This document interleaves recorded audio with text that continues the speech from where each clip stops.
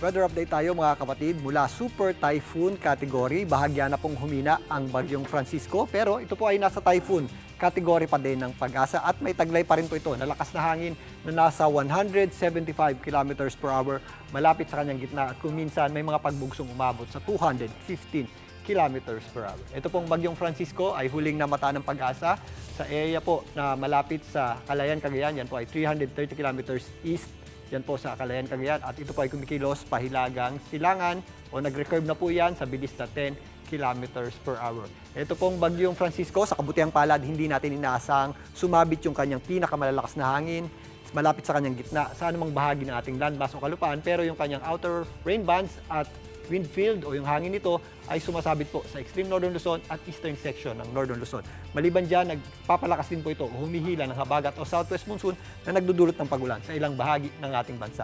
Samantalang, ito namang bagyo sa labas ng ating area of responsibility ay unti-unti rin po lumalakas. Ito po ang tropical storm na may international name na Higos. Ito naman po ay nasa lakas na hangin na nasa 65 kilometers per hour malapit sa kanyang gitna. At kung minsan, may mga pagbugsong umabot sa 80 kilometers per hour. Ito po ay mas mabilis na kumikilos, pakanluran sa bilis na 20 kilometers per hour at huli pong namata ng Pag-asa sa layong 2,490 kilometers east ng southeastern Luzon.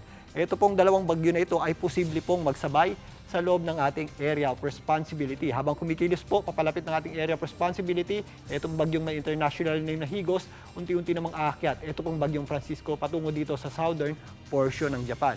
Maaaring po sa darating na Thursday hanggang Friday, posible pong makapasok ng ating area of responsibility. Ito pong bagyong may international name Higos, yan po ay tatawagin nating bagyong Gardo. Habang papalabas naman, ito pong bagyong Francisco. May possibility rin pong yan po ay hindi na pumasok sa ating PAR at gumilid lamang dito sa area ng ating area of responsibility boundary line. Pero yan po ay tutungo rin paitaas, patungo dito sa southeastern portion ng Japan, pumasok man or hindi sa ating area of responsibility.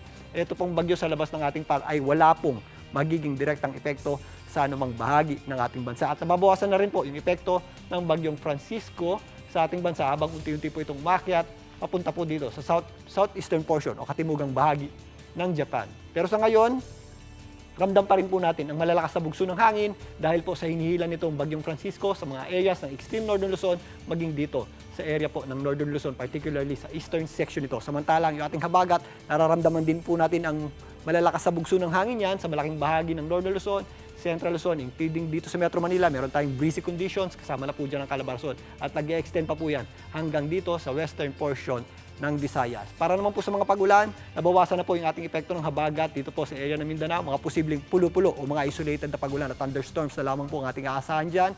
Dito naman sa Visayas, yung ating concentration ng mas matataas na tsansa ng pagulan at mga posibleng thunderstorms ay nandito sa western section nito dahil po sa epekto ng habagat. Ganun din po ang ating aasahang panahon sa malaking bahagi ng Mimaropa. Maula po ang panahon natin dyan at posible po yung kalat-kalat na pagulan at thunderstorms.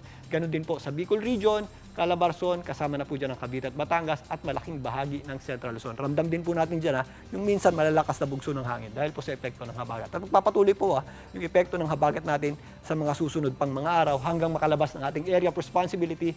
Ito pong bagyong Francisco sa darating na Thursday hanggang Friday. Dito nga sa Metro Manila, maula po ang panahon natin ngayong araw na ito. Magpapatuloy po yan bukas at kuminsan, papansin nyo meron tayong mga posibleng kalat-kalat na pagulan. O any time of the day, anumang oras, sa maghapon, possible po tayong makaranas ng mga pagulan. Kaya sa mga may lakad bukas, ugaliin pa rin po natin. At ang pagdadala ng payong o anumang pananggalang sa ulan. At mag-ingat po tayo dahil kapag meron tayong thunderstorms, ito po ay biglang buhos ng malakas na pagulan na may kasama pong malalakas na bugso ng hangin. Kaya possible din po yan magdulot ng matinding traffic at magpabaha, especially sa mga low-lying areas. Kaya pagandaan po natin yan, mga kapatid.